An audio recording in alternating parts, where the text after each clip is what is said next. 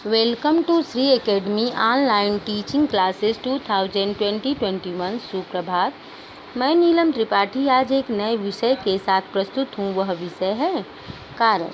बच्चों, आज हम पढ़ेंगे कारक एवं उसके भेद।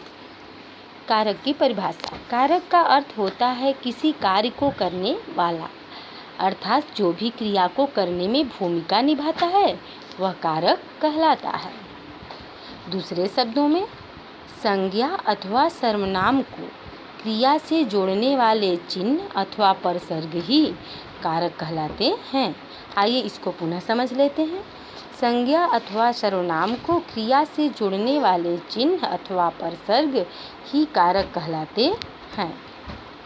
जैसे रामचंद्र जी ने खारे जल के समुद्र पर बंदरों से पुल बंधवा दिया। इस वाक्य में रामचंद्र जी ने समुद्र पर बंदरों से और पुल संज्ञाओं के रूपांतर हैं, जिनके द्वारा इन संज्ञाओं का संबंध बढ़वा दिया क्रिया के साथ सूचित होता है। व्याकरण में संज्ञा या सर्वनाम शब्द की वह अवस्था जिसके द्वारा वाक्य में उसका क्रिया के साथ संबंध प्रकट होता है उसे कारक कहते हैं। कारक के उदाहरण: दीपक खाना खाता है, वह घरों के बीच में रहता है। रमेश किताब पढ़ता है, वह रोज सुबह गंगा किनारे जाता है। कारक के 8 भेद होते हैं: कर्ता कारक, कर्म कारक, करण कारक, संप्रदान कारक, अपादान कारक, संबंध कारक, अधिकरण कारक, संबोधन कारक। कर्ता कारक।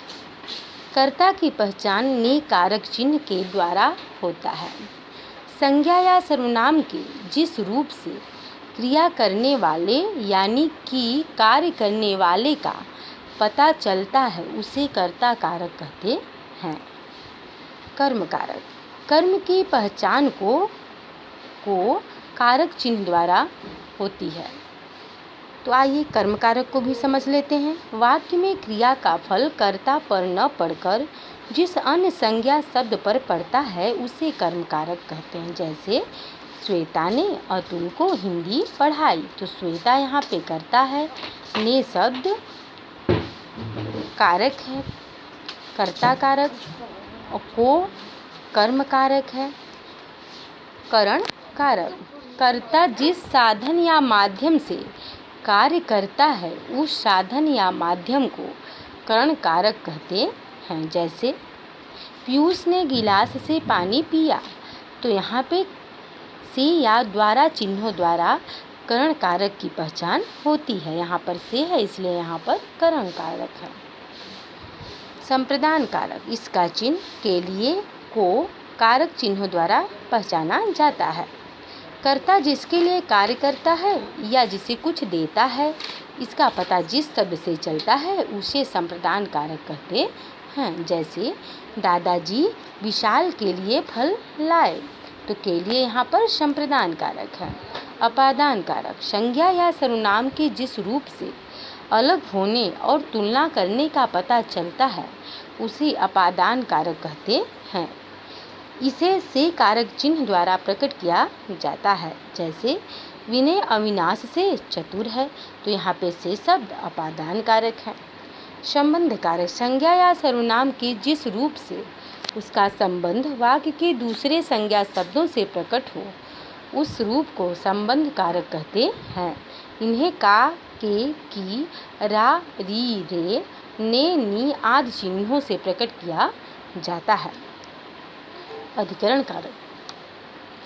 संज्ञा के जिस रूप से क्रिया के आधार, समय और स्थान आदि का पता चलता है उसे अधिकरण कारक कहते हैं। इसे में एवं पर चिन्हों द्वारा प्रकट किया जाता है।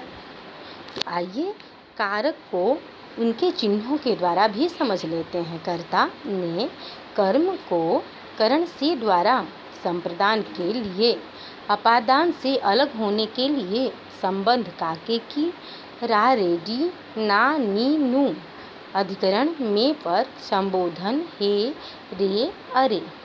तो आशा है बच्चों आप लोग कारक को समझ गए होंगे। धन्यवाद।